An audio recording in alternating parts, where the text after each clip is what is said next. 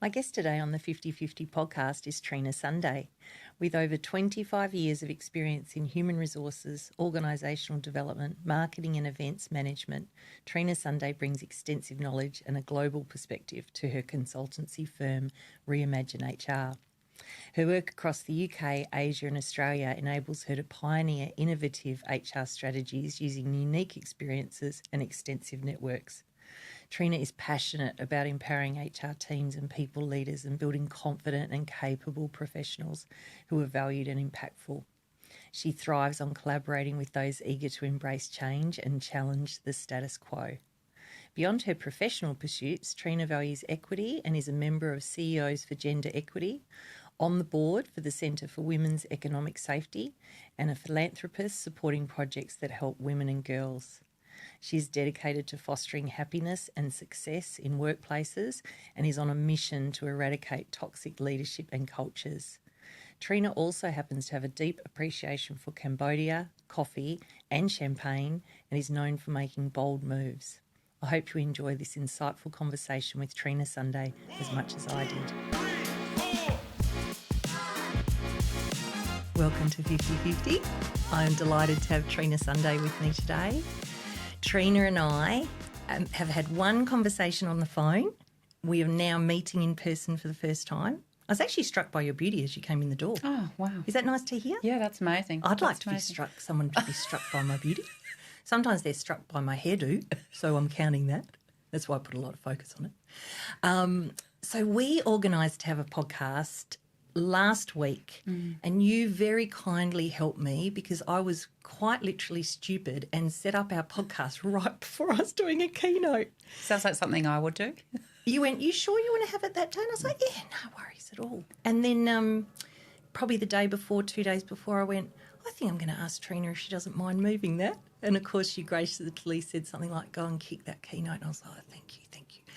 So then I thought, oh, well, we won't have any time to do this until the new year. But then, as is life, you posted on LinkedIn 3 or 4 days ago about your friend's new business, talked about how you were comfortable promoting them because there's only one you.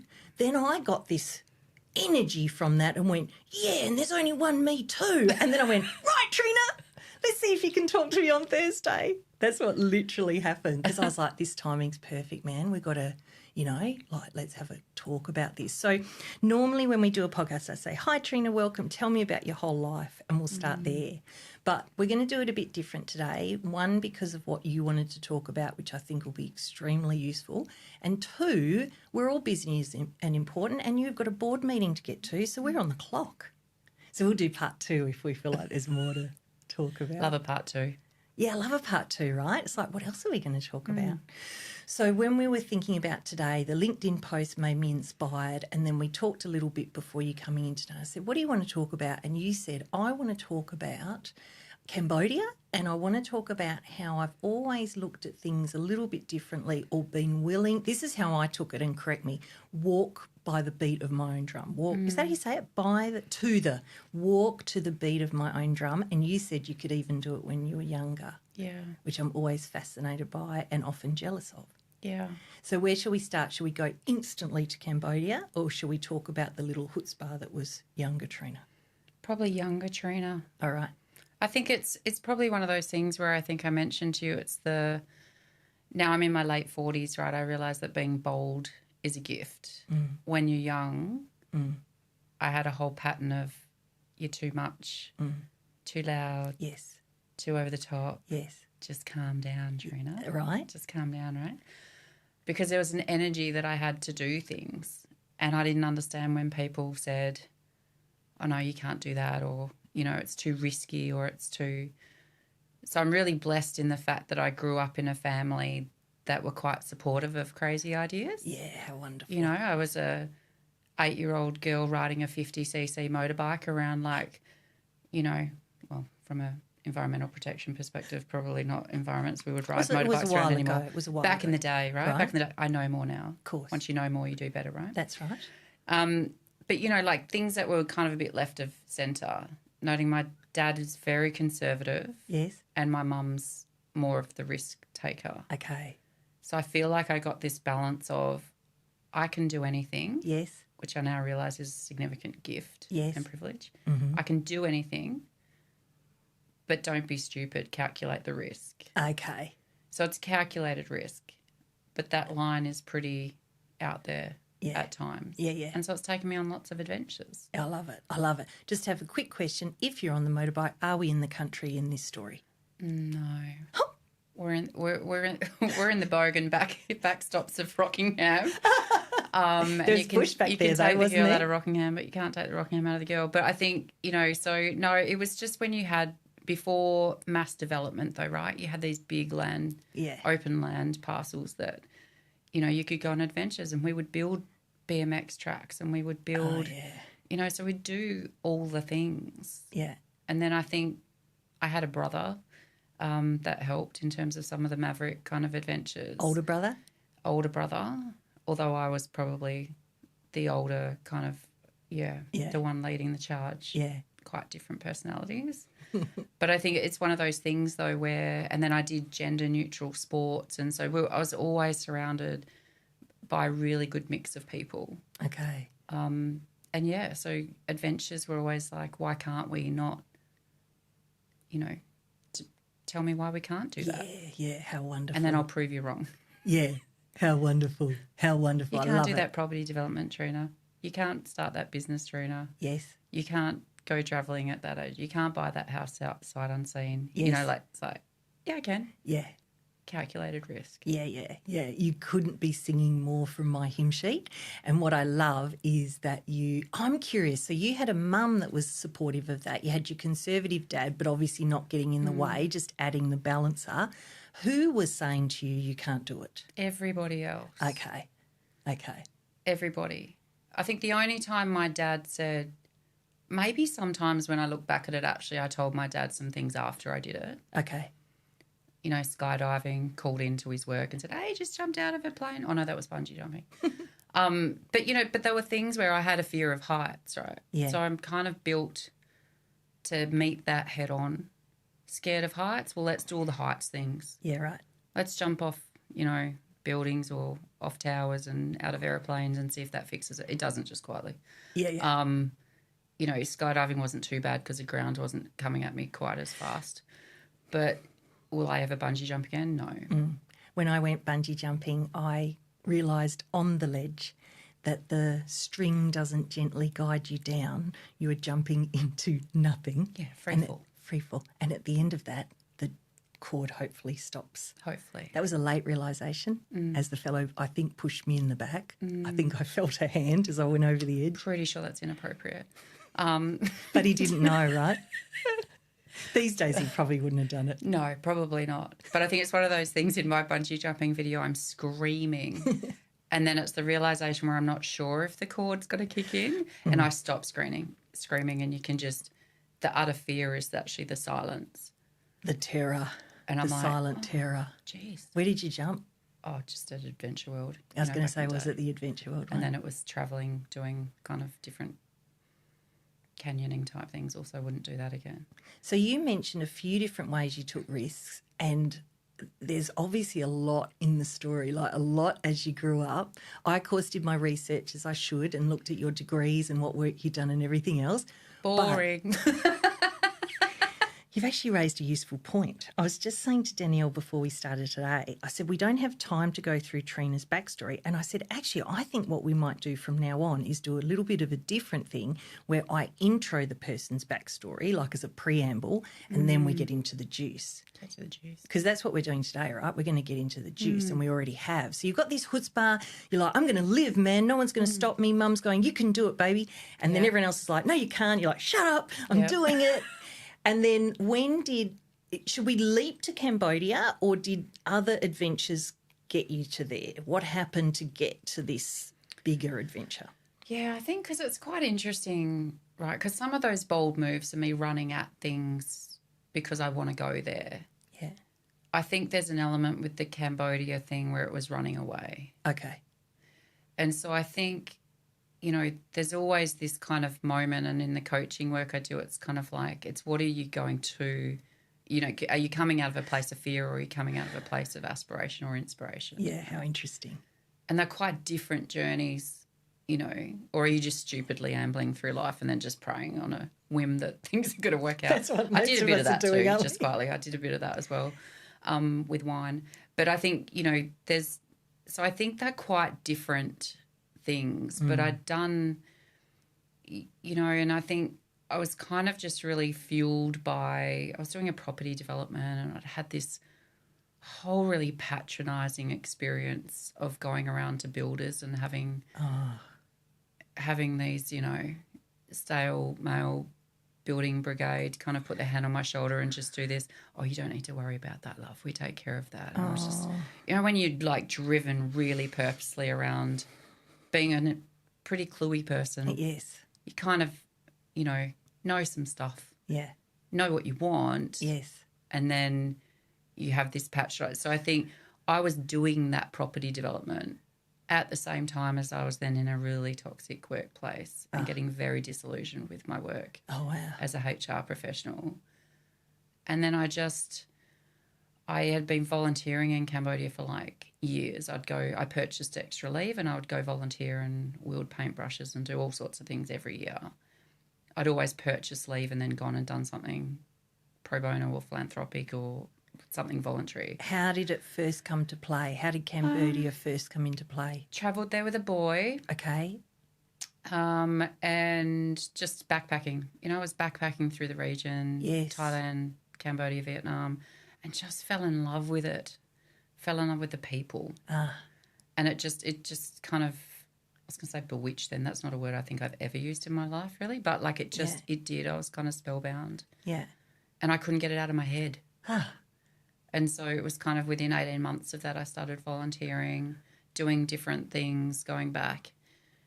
And then it was kind of work was getting toxic.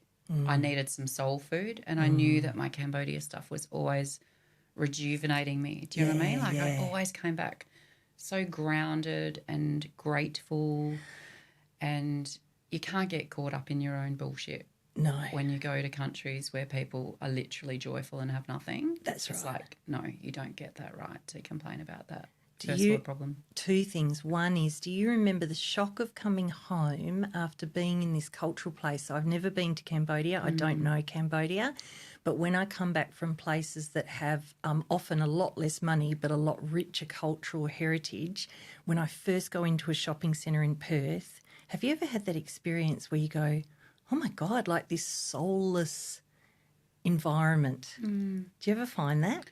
I think I found it more when I moved back from living there. Okay. So I think that going there for 2 to 4 weeks at a time was kind of, I found the transition in and out of my normal life kind of okay. Okay. But I think because everything else was in balance and I was doing things, I was supporting girls over there. I was doing things that I guess counted out some of the, oh my gosh, we've got it so easy type. But when I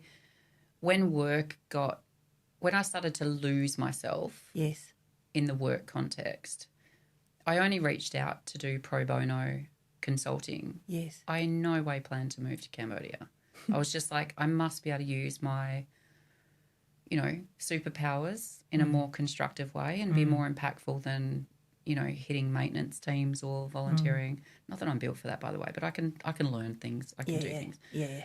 But, you know, I wasn't looking to move there. But this is the thing, right? And I think it's some of those bold choices. It's the serendipity, it's the signs, you know, when things come together effortlessly, like today, you know, when things are kind of meant to be and you tune into it and you stop resisting and you just roll with it. Yeah. Which is how I'm built. Not everyone's built that way, right? Yeah. Good things can happen. Yeah. Bad things can happen too. Yeah. But when you have intuition around the good stuff and you're like, yeah, no, I'm vibing off this, I'm rolling with it, let's just wait until it becomes really clear that maybe I shouldn't be doing this. Let's just explore it. I'm like there's no harm in exploring it person. Yes. Let's have a conversation. There's no harm in having a conversation. Yes. And so what started as looking for pro bono consulting work, then long story short ended up with an international not-for-profit saying, would you move here as an organisational development manager? And I'm like, but that doesn't exist as a discipline in Cambodia. What are you talking about? Because they weren't there yet generally. Okay. But long story short, I had a conversation that night. I went home and the CEO I would be working with was on the project. The next day I was like, oh, there's no harm in doing the math. Because remember, I'm doing this property development. That's right. I don't know if you've ever built a house. Lots of money's going out. No.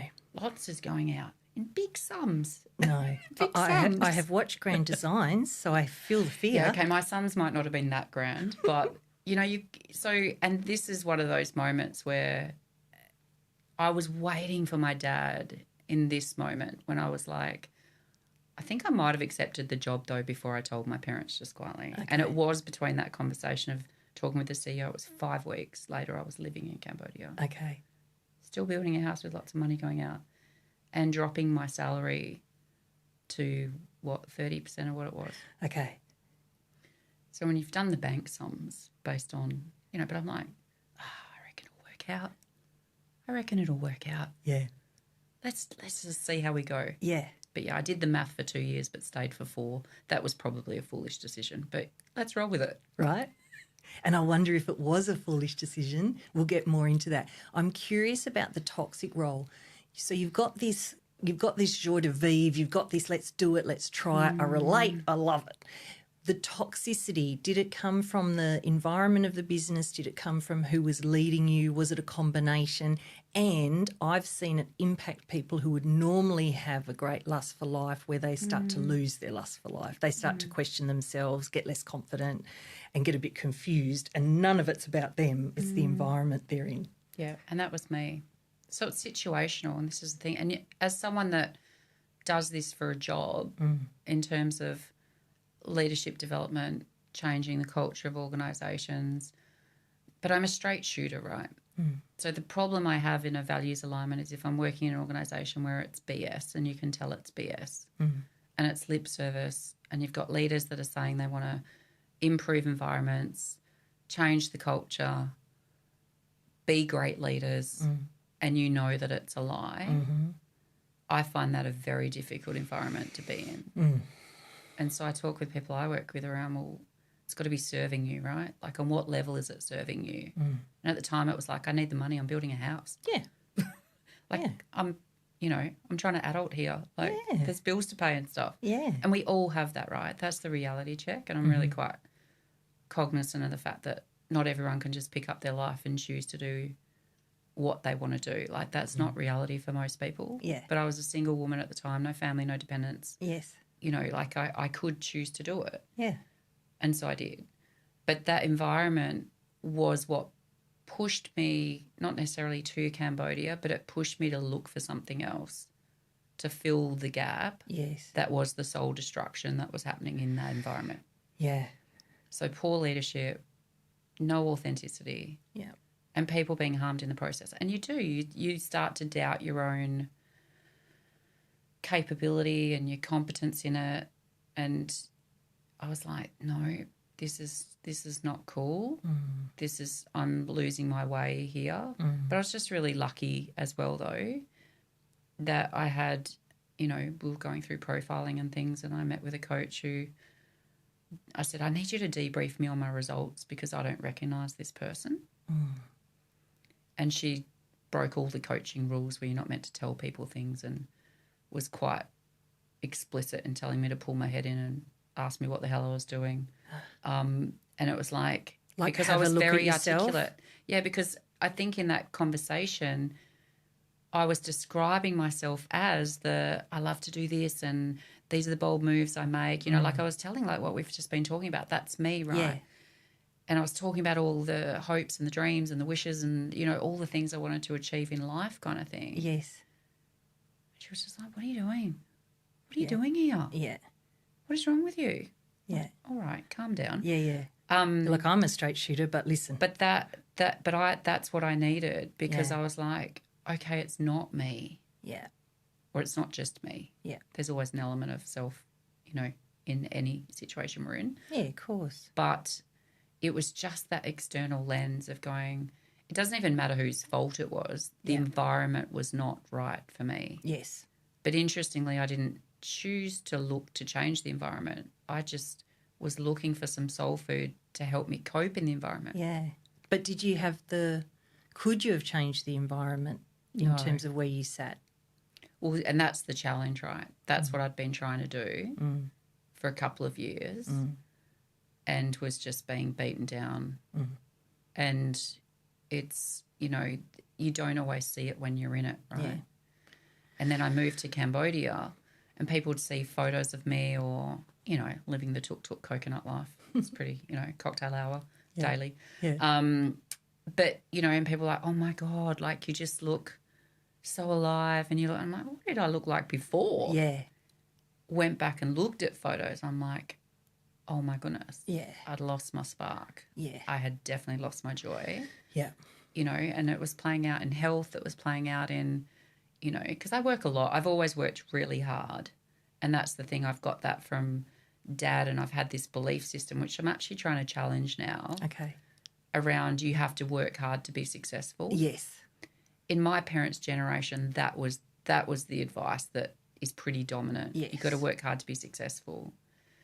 And we've got millennials and Gen Z being criticised for the not wanting to work as hard. I know.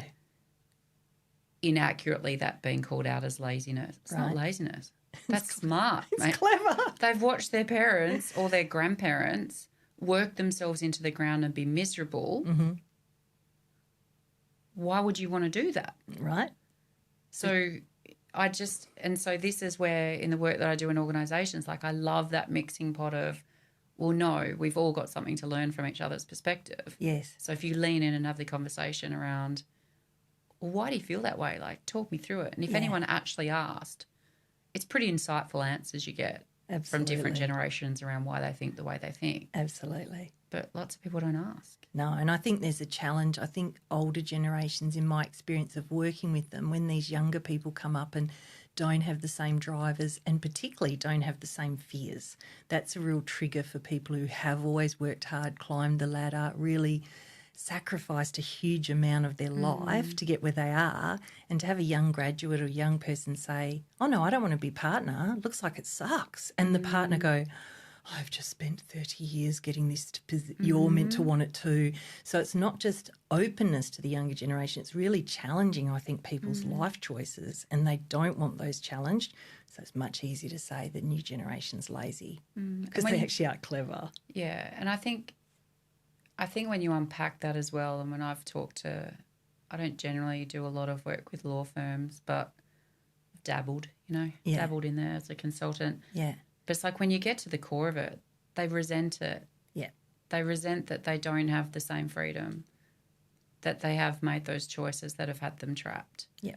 And they now look back and they did miss their kids' lives. Mm-hmm. They did miss all the school stuff. Mm-hmm. They didn't have the balance, and they've worked hard for retirement. For what?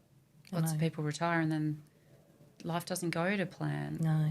And so I've always had this, and it goes back to where we started, this drive of like every day could be. Yeah. So how am I going to show up as my best self today? Yeah. And this is what I owe to myself, but this is the gift that Cambodia gave me. Yeah. So let's talk more about Cambodia. It calls, you answer, it's illogical, but off we go. Off we go. And you lose 10 years off your photos probably. You have a different coloured skin and brighter eyes. I'm actually 65. No, just kidding. Right? Just kidding. I'm not 65. But I saw a friend in Brisbane a couple of weeks ago, and I said to her, you look 10 years younger than you did when we worked together 20 years ago, and it's because she's now doing what she really loves. Yeah. And she literally looks 10 years younger than when we worked together 20 years ago. It's kind of a physical impossibility. Mm-hmm. And there hasn't been work. Her whole face moves, and she just looks fabulous because she's loving life. Hi, Bernie. I'm going to have Bernie on here. She did a one-woman show called The Journey to Bernie. I had to go and see it because she's living her dream, and I flew over to Brisbane and watched her sing and tell stories about her life. That sounds awesome. It was awesome. I want to follow Bernie. You can. Well, we're trying to bring her over here. Danielle doesn't know, but she's in charge of the production of her program. She'll catch up. She finds out things later. Yeah. It's fine. It's like your dad. I approach things a certain way, ask for forgiveness, not permission. So tell me about what it was like. You're familiar with Cambodia already, right? So you've worked there and you've done that several times. What was the difference between that and when you moved? You've got a job. Here we go. I'm in Cambodia. I think it's just all the little things I think instant stress, like just disappearing overnight, just opened up a whole, it was like my senses, it just sounds so naff, but like, it's like senses just awakened. Do you know what I mean? Like the smells, the sights, it was just like life on steroids. And so there was just such sensory overload, but in all the good ways, not in an overwhelming way. And I think just all those nuances of things being new and fresh and new experiences, and, you know, and I'd always been a massive traveller. So it wasn't just a cultural thing, because I would always go away somewhere abroad for a month every year. Yes. On top of doing my 2-week volunteering. Yes. Employers probably hated me, but I was smart about public holidays. I was Right, clever. right. But, like, it was, you know, it's just all the little things. But I think for me, living there was a lot around when you go somewhere as a tourist versus when you live somewhere as an expat. Yes. I also, now that I have a husband who's a migrant, have a very interesting observation around how we call everyone in Australia migrants and not expats when we have foreigners come here to work. I find that very interesting. Sidebar. But I think... Sidebar, but now you've caught my attention. We must maybe come back to that, or in part 2. Like I never thought about that before. It's like, well, it's an expat community, right? International workers coming here to... Like, and I'm sure there's some definition, and an academic would tell me what the difference is, but... But what you make me think of, and I've gone straight to the sidebar, is... If we go into a developing country, we'll use language expat. Yep. But if people come to this developed country, migrant, it's like a power differential in the wrong way. Yeah, Anglo-anarchy. Anglo-anarchy. Never heard of it before. Me neither. I just made it up. I love it. But I think it's one of those things TM. where... Trina Sunday. Anglo-anarchy. TM. Little... but I think, but I'm very tuned into it as well. Like I've married a black man. I have a biracial daughter. There's a different, you know, there is very much a heightened sense of looking at race in a different way, and looking at disadvantage. And in the work I do in diversity, equity, inclusion, I challenge privilege, and at all levels and all groups. Like, and I think there's a lot in that when you come in with curiosity and you know that you come from a place of power. I do wake up every day trying to figure out how can I use my power for good instead of evil today. And is it that conscious? No, it's not. But in Cambodia, that's what my days were like. And so Cambodia was really interesting because I had this bow down to the white woman experience in some things, and so I was challenging how I actually laid my power down to lift other people up. You know, like we talk about empowerment, and I think people use it without truly giving over to what empowerment means, and that is give the power to someone else, which means they get to choose. And the true test as a leader, if you've empowered your team, then you let them make a decision that you don't agree with. Right. If you say that you've empowered them to make decisions, but then you say, oh, no, but I don't agree with that one, you need to change it. Yeah. You haven't empowered them. Got it. True empowerment's letting people do the thing that you don't think they should do. Yes. But then try and hold them up for them to not make mistakes that are not safe. Yes. Or that are going to create some, you know, horrible situation for them. But it's how do you guide them and empower them, as opposed to... Because we learn from our mistakes. I've made so many on the daily, just quietly. But they're what shape where we are. And for me, it's what's made me really savvy at what I do and how I assess risk. Yes. Because I've made mistakes to know where the boundaries are. I've got 2 questions off that. One is, do you think you've always had, like they talk about in the literature now, growth mindset? Do you think you've always been about mistakes are an opportunity? Yes, but probably not consciously. Like I think it's probably more... I've always gone through life with mistakes can be recovered from. Yes. And this is, even though I talked about my dad being really conservative, you know, he'd always said to me, if things don't work out in this life journey, you can always go bankrupt. But what you can't do is owe anyone any money. So his big kind of lesson was do what you want and you can make mistakes. His message was you can always start again. Yes. But don't owe anyone any money and impact their life by your mistakes. Got it. And so I've kind of always gone through and had this boundary of I can mess up as far as it only impacts me. Yes. But I can't mess up in a way that's going to impact others adversely. Yeah, got it. So there's that element. And then when you said bow down to the white woman, is there a cultural element? We lived in Chile for a little while, and my son at the time was 20 months when we took him there. I always say the authorities should have stopped us at the... Because, you know, I live the way you do with maybe not as much confidence around it, but same idea. And in Chile, everyone who saw him, he's white. Like my husband is quite brown, I'm this colour, and my son came out that colour. He couldn't be whiter. Anyway, in Chile they say, que lindo, he's so beautiful, because they had a thing about white, that white was beautiful.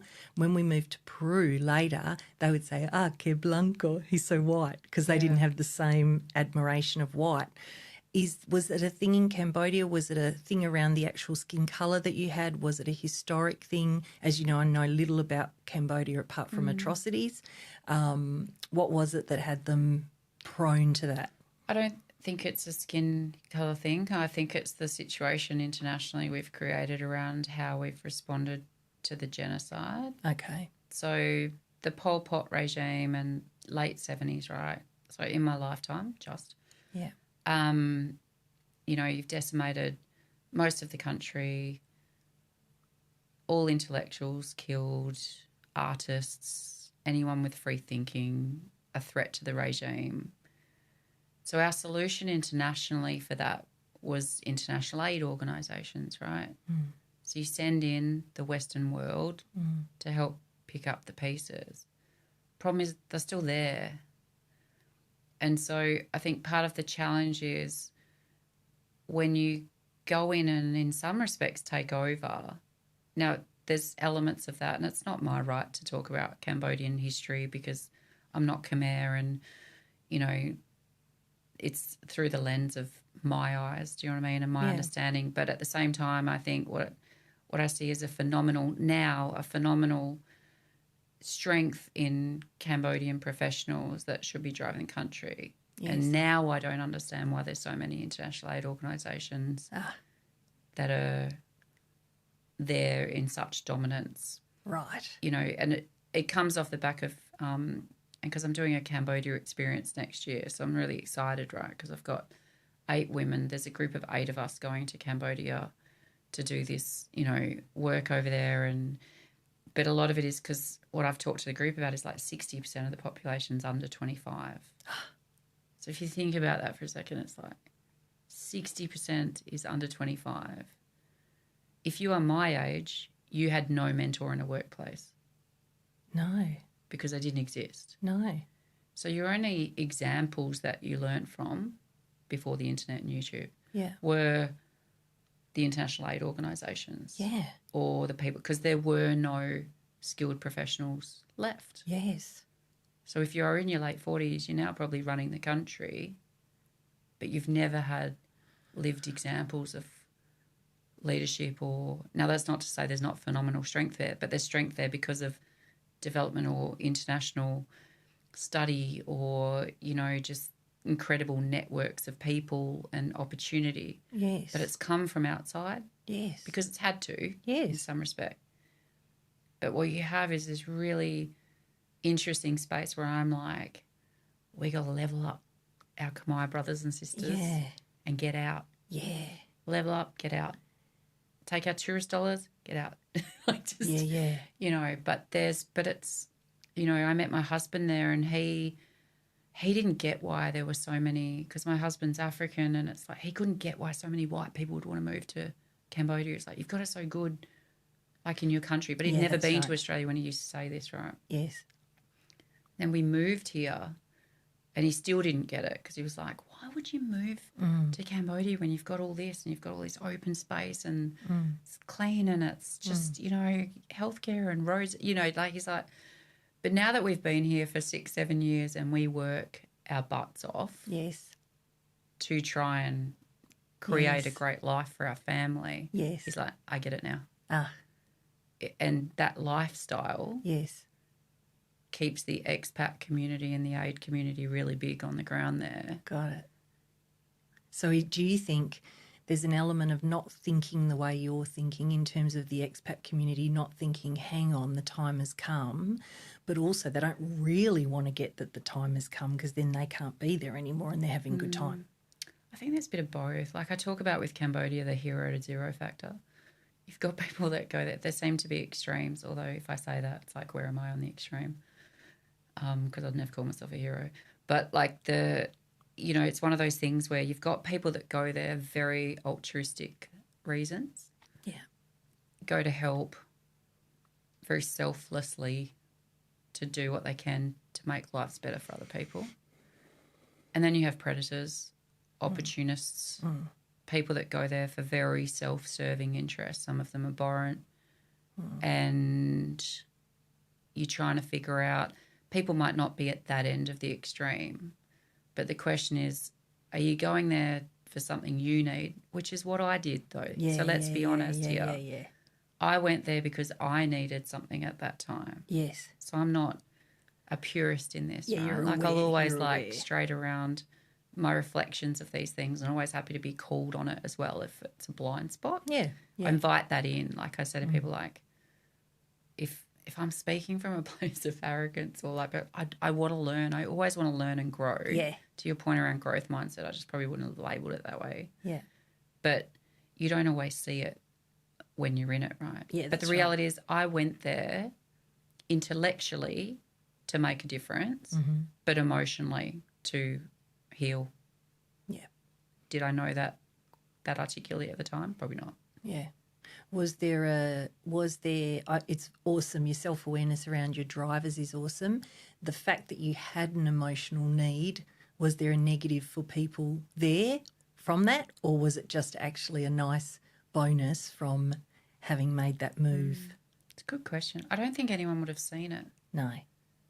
You know, I don't think I walked around saying, oh, my God, I'm so broken by my last job. No. Woe is me. Because, again, like, no time for victim mentality here. I'm seeing people that are That's right. limbless trying to navigate streets. I'm seeing kids not in school. I'm seeing, you know, like, so it's that's the gift, right? Like I got off the plane, went to my dodgy hotel, realised this is a dodgy hotel. Need to mix this up. Yeah. And it's like, you're not a backpacker anymore, Trina. Like, just, you know, spend the extra $15. Yeah. But I think, you know, you just can't hang on to that stuff, or I couldn't. Yeah. Some people do. But I couldn't hang on to my own emotional needs, and that's the gift, because it was released. Yeah. And that has changed my whole life and my whole look and my whole look that I have on life and what's important. Yes. And it's got nothing to do with money and stuff. Yeah. Have you ever seen the short film? I just watched it yesterday for the first time, but I think it's quite well known, and it's an animation of rats, and it's about how people live their life, but it's done with rats. So Not something I would gravitate horrible. to, rats. It's horrible. I'm not it's a rat. horrible. I'm not a rat and person. No, I don't know. I mean, I Moved to suppose there are Cambodia, people they that said. rat people. Not a rat person. Do they have rats there? Well, when you have large mounds of rubbish, and that's the community I was working in, was at the rubbish. I'm conscious I cut you off there. But That's okay. The community where I was working was an old dump site where kids were living. And so the organisation I was working with, you know, so you have all the remnants of kind of that. Yeah. And no, you know, there's no rubbish trucks that No. are clearing things out. No. The rat reference was just about how at times it was about how these rats, and they were just symbolising people, clamber over one another to work, to buy things, to, you know, all the posters in this cartoon would, instead of having the symbol for Coke, it would have happiness as the brand. Yeah. It was super clever and quite depressing. And I think about it quite often, particularly if I've spent time overseas in a developing country, and I think about the level of effort we put in just to create a standard of living, a particular lifestyle, a particular this and that, and how much money we need to live here, you know. And then my instinct is, and it's only my instinct, I wouldn't know, but when you went over there with the intention you had, but the emotional need you had, I don't get the feeling that you drew on the country in a negative way to have the healing. That kind of being there did that. Yeah, I think that's just the gift of That's right. the That's how country. it feels. That's the country doing the heavy lifting. That's right. Yeah. It was the country, it was the place, and then you went to contribute, and the bonus was where you were released you from the prison you'd been in and the physical place you were with the particular people and everything else was just, it's like you said, you know, it sounds a bit naff, but I like the naff stuff. Like it was enlivening for you, it was freeing, it was beautifying as you're working where there's tons of rubbish, right? And I think I just made a conscious choice when I moved there around not giving a rat's about what anyone else thinks about me. Like I think it took me back to that more, you know, my 20s where I was a bit more brash, I guess, of saying, this is me, man. Like this is how I'm showing up. Yeah. Like this is who, like it gave me such a sense of self around, because I had to challenge who I was, right? Yeah. Like I walked away from a really, really well-paid job. Yeah. In the midst of a property development. Yeah. I wouldn't recommend that to young players, especially in the current market. Yeah. But I think, you know, but again, it just worked out. I was one mortgage payment away from not being able to pay that loan. Yeah. And tenants moved in and it was finally finished. Right. And then I could, you know, and this is the thing, like, and I've been challenged a bit in my life where people are saying, oh, you're so lucky. Things come to you so easily. Like my whole body like gets a bit tense. Yeah, fair enough. Because it's like, no, I work really hard and I create opportunities and I have a positive mindset and believe things can happen, right? Yeah. And when you go out, it's energy out, energy back. Yeah. And so I feel like it's not just luck. Yeah. But then when I go travelling and I tell people about all my mishaps and misadventures, they're like, oh, my God, remind me never to travel with you. You're so unlucky. And I'm like, what do you mean I'm unlucky? I should be dead. Yeah, I'm very like lucky. Some of the situations I've put myself in, I'm like, the fact I'm alive is like, you should travel with me. I'm the one that survives. But isn't it funny how you hear people say you're lucky or unlucky, not allowing you to own? It's you know, most human beings run around not owning their life, right? Everything's happening to them. So, of course, and it'd be hard for people to see your success and not tell themselves that you're lucky, because if you're not lucky and you're creating it for yourself, that means they might have to do that too. So actually you're just lucky. Yeah. What I have realised, though, is that privilege drives luck, though. True. So, and your start, the parents you had and the start you had and how you came out and your personality and your heart, that's what, when I think about myself, where I feel lucky is where I was born, the genes I got, the family I got brought into, there's been a lot of luck and then what's come out of that. So, yeah I would agree. Foundations are everything, right? Like foundations in life and, you know, the grounding and, you know, I decided to have a small little person in my 40s. That'd be fun, they said. It's quite tiring. But, like, it's one of those things where, you know, because I'm so tuned in now to how you build, like, emotionally resilient little people. Yes. If anyone's got any tips, let me know. But it's one of these things where it's like you do look back and it's like, gosh, I was so gifted. Noting I never saw my dad because he was working all the time. 6-day-week job. Always working, fond memories, loving relationship. But when you look at it, really, he wasn't around. So when I look at my husband, he's like, well, he spent the first year at home with our daughter because he wasn't allowed to work. And, you know, there's this unique kind of relationships that other people don't get. Yeah. And so we've been lucky, again, in some respects. Yeah. But, again, it was the privilege because we had somewhere that we were staying. We could do that without that financial – we could make those choices. Yes. Because of the luck that we had. That's right.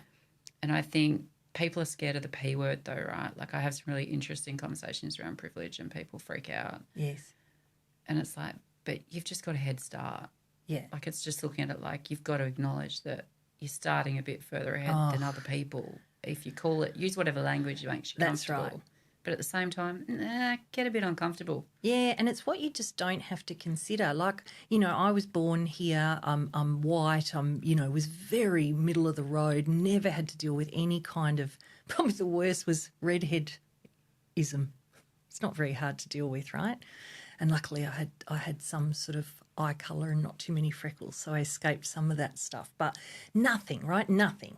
And then one day, there's such a silly example, but it really had me realise what life is like for people in the smallest way. So I'm running around white in a brought in white culture. And one night I went with a friend to a dance thing at the old Exit nightclub, and everyone else there was Indian, brown Indian. Yeah. And I'm in the queue and everyone was looking at me. They weren't being rude to me. They weren't being mean to me. They were just looking at me. And I went, this is like the smallest example ever of being not the main person in the room. And then if I think about, for me, what it means is, like you said, the head start. Another way I heard it described, which I think is so right, is there's just not barriers in the way that you have to get over as well. Yep. So it's kind of like, here's a bad metaphor. We'll see if it works. If I'm going to run 100 metres, I will do that very badly, but that's by the point. I'll be walking around the hurdles, trust me. So we can, in this country at this time in life, we can run and it's just the flat path, right? So for me, the difference is if I come from a different culture, or I'm not from this country originally, or whatever other challenges I have physically, any other way, I'm jumping over the hurdles, right? So it's just not as easy a run. And I think, like unconscious bias, I think when you're in your life, in yourself, people find it really hard to have perspective. I mean, I don't even know how you tolerate it. I haven't worked in Cambodia for 4 years. And from the travels I have done, when I get on the bus after a West Coast Eagles match with everyone wearing their $4,000 outfits and having had a number of nice Chardonnays, and they say, this bus should have left 3 minutes ago, I want to get the AK-47 out. I've literally had to have a conversation. You might want to talk to someone about that. Wow. I do, what I say to my father is when he does it, I go, listen, I can't interrupt anyone else on this bus, but Dad, do not start whinging to me about this bus is 3 minutes late. You have lost all perspective in life. Yeah. And I run into people like that all the time. They're just whinging about these tiny things. And I think, have you got no perspective, or are you sad about much bigger stuff and therefore you're complaining to me about the little stuff? And I think it's some combination of those two things. Yeah, I've got a couple of thoughts, I guess, that come to mind with that, because I think this is where there's diversity, right? If you want to think like a middle-aged white woman, surround yourself with middle-aged white women. Like, okay, we're different and, we're not homogenous groups, but at the same time, you are more likely to have shared experiences and not get the different perspectives that you're talking about. So I purposely set out to create circles around myself that don't look like me, like quite nerdily. Like I've got it mapped out on a wall. Everyone's gonna freak out now that meets me. They're gonna think I'm like mind mapping the introduction. I'm not, but I am being really conscious of. I had really poor Indigenous networks, and I'm doing a lot around. Well, how do I broaden that out? I was doing and had really little understanding of what it meant to be a refugee, asylum seeker or migrant in this country, and watching that even for my husband, and he's got me. Lots of people don't have a me in that dynamic. No. And, and then similarly with, disability, and then I'm having these conversations and people won't use the word disabled, and I'm like,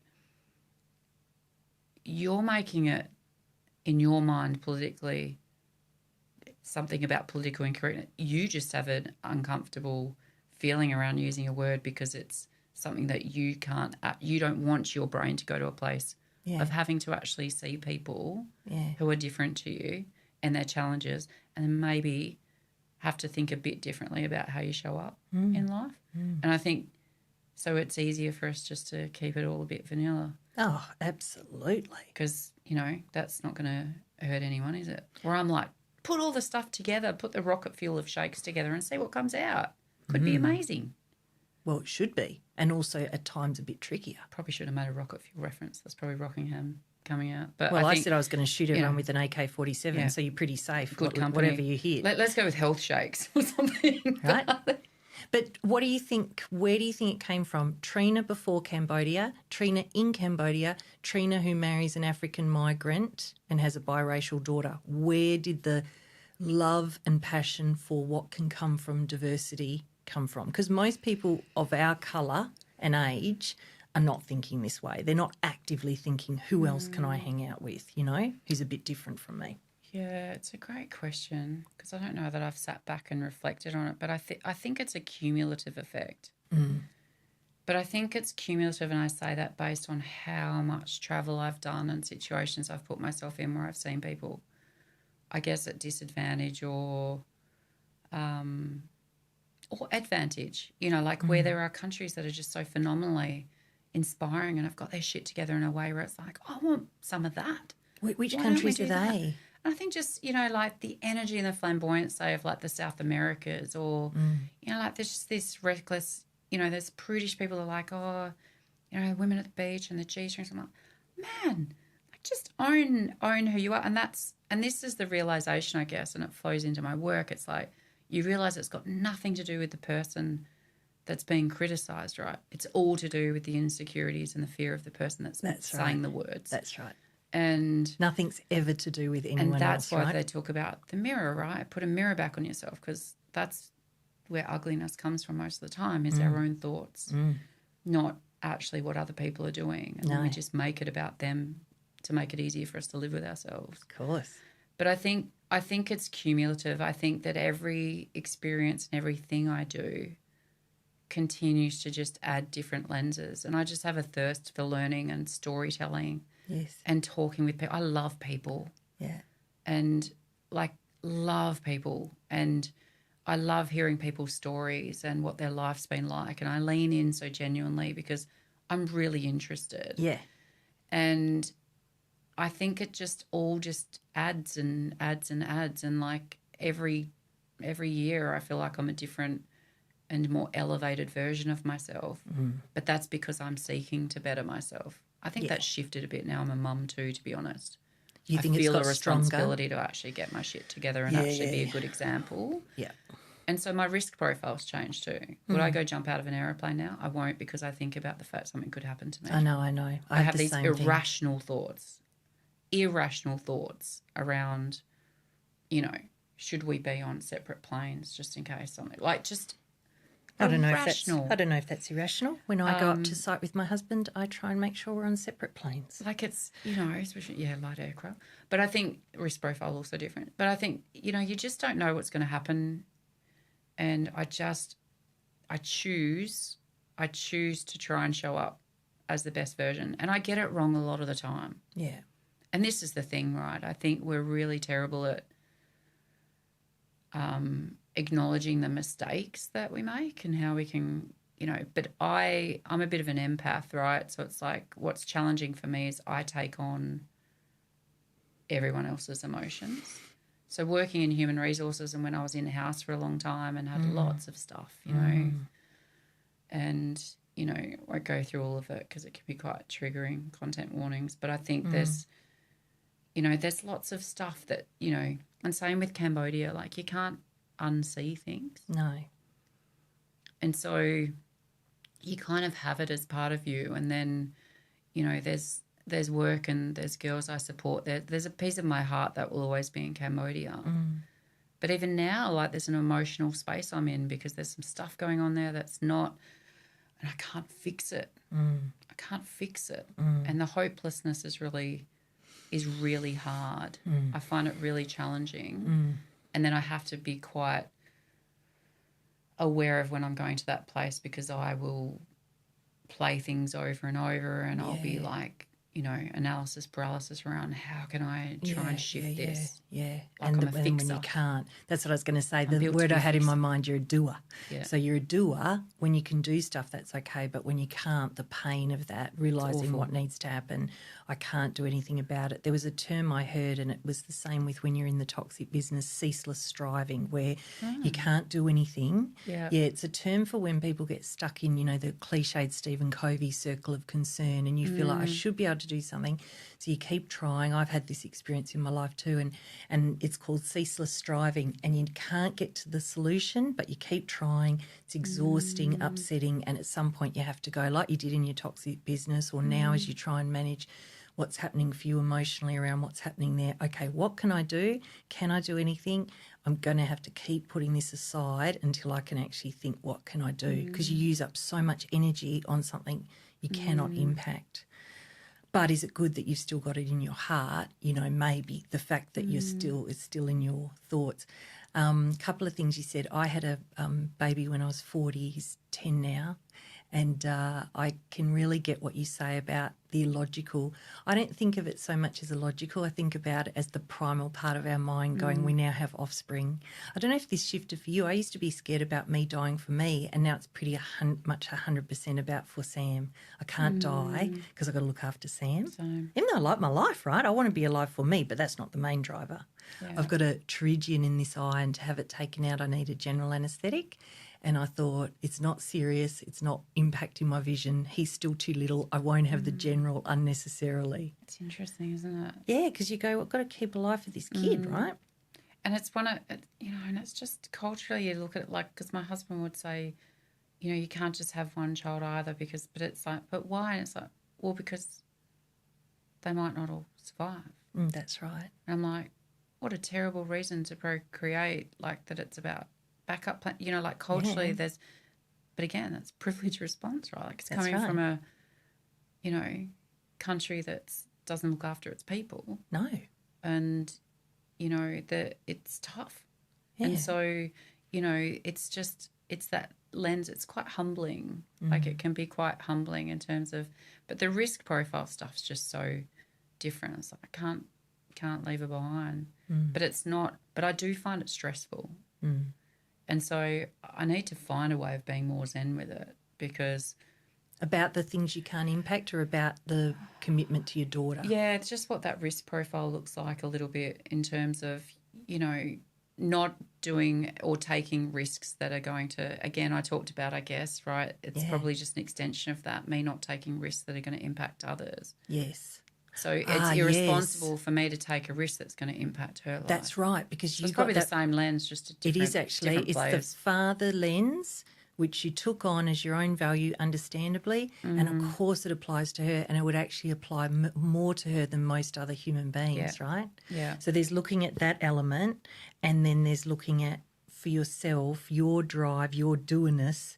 I suppose being gentle with yourself around the fact that you do have numerous things in play, because I can hear in your love of life you're also demanding of yourself in terms of what impact you can have. I fully support that. I'm totally on board. And then is there a part of you...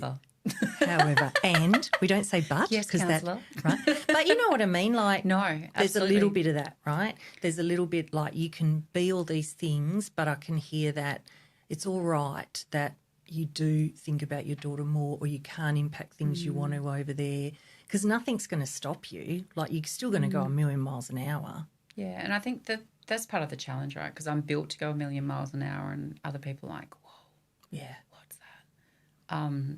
You know, I run 2 businesses.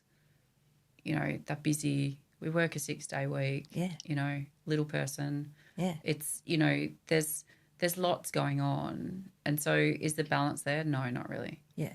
But do I get a flexibility by choosing how to live my life and driving and running my own businesses as opposed to working for someone else? Yeah. Yeah, I do. Yeah. And I get to choose.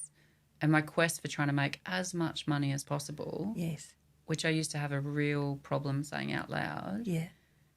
But it's not actually, the problem's not with me. It's how other people interpret that my reason for wanting to do that might be materialistic, or that it might be for, you know, self-gain. Yeah. But it's not. Yeah. Wealth, like the wealthier I am, the more people I can help. Yeah. And the more finance we have, the more freedom we have. I was going to say. And what I'm looking for in life is freedom. It's all about freedom. Freedom to choose.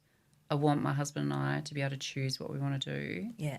For the best, you know, for our family. Yeah, yeah. not just be working for the man because we've got to pay a mortgage. No, that's right. And, you know, when you think about the topics you've been talking about, particularly around being honest and talking about, like saying, you know, I wouldn't say this out loud. This is my whole thing with having this podcast. I felt like two things. One, I've got to share about what I'm struggling with and how I've used the wisdom of the world. And honestly, Trina, I'm not mucking around. I'm talking about shit as it comes up. It's incredibly difficult to do, but I want to be on the path of enough bullshit, everyone. Life is not perfect. You are not perfect. You do get frightened. You do struggle. Like, imagine if we were freer. So I'm like, right, I've got to do it. And then as you say that about the money, that will provide freedom for someone else, because the truth is it's true. If you have what you want that way, you can contribute more, you're freer, your husband has a better time, your daughter has a better time, the people you want to contribute to have a better time. We've got all these rules and they're bullshit. None of it's real. It's because we all care about what everyone else thinks. Of course. We don't want to get away from the fire or die. That's the liberty, right? That's the liberty I've had from my, you know, Cambodian epiphanies, is around the fact that I don't care. I don't care what other people think. Yeah, that's awesome. And, like, I really don't. That's awesome. And I think, do I still get hurt if someone doesn't like me? Yeah, because I'm a human. Yeah. You know, like, do I get upset by other people's behaviour? Yeah, I do. Like, I don't want to go through life like not being liked or not. So it's not that. Yeah. But it's just having that sense around, but they don't get to define then how I'm going to show up. That's on me. Yeah, so there's a line recently that I read, what I want to do is too important to worry about being liked. So, you know, if I'm going to do a particular thing, being liked, stopping that is not an option. So you're right, as a human being, of course, we all want to be liked. But do I put being liked first, or do I put the mission I think I'm here to achieve first? And, of course, then there's a lot of freedom and power in that. Yeah. To go, hang on, I can't worry about that, man, because I think I'm here to do a different thing. Yeah. And you can hear it in your story. You're here to do a different thing. You've been doing that. We haven't had any chance to talk about your Reimagine HR. We haven't talked about so many elements. Google it. Perfect. Google it. They could. Is there anything, because we're getting close to running out of time so you can get to your board meeting, what is it that we haven't talked about today that you'd like to be as part of this recording? Have we said not enough about Cambodia? Have we said... Oh, no, because it's just, I didn't really, it's a loose structure, right? Like, it was coming in, chat, let's have a chat. Yeah. And again, it's about just following, for me, it's conversations. Like, we change the world through conversations, even in organisations. Like, strategy, driving change. It's one conversation at a time. Right. And so there's no kind of agenda for me in terms of what to cover, but I think it is around, and even the board meeting, you know, like I'm on the board for Centre for Women's Economic Safety, and it's because a fire's been lit in me around, again, it's the disadvantage and where we are with like homelessness and women, and, you know, with no financial freedom, there is no freedom. Like there's no path out of family domestic violence if you don't have any money. That's it.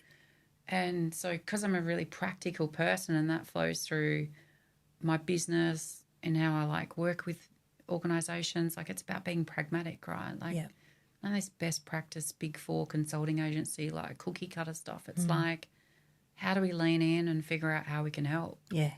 And I think if we can kind of look at life through that lens of how do we help other people? It's that serving, right? Yeah. How do we serve others? Yeah. Geez, it can be rewarding. Oh, yeah. It just brings you a soul food that just changes everything. Yeah, it does. I wouldn't change it for the world. Yeah, how lucky. So lucky. Just ask me. Just ask everyone else. So That's lucky. Right. Trina's You're so lucky, Trina. So lucky. You've hardly done anything. Look how it's all worked out. Look how you've just magically got all those things. The way you sat in that room and everything just came to you. So lucky. Incredible. Well, we've been lucky to have you. Thank you. And we'll talk again, I'm sure. Thank you. Thanks.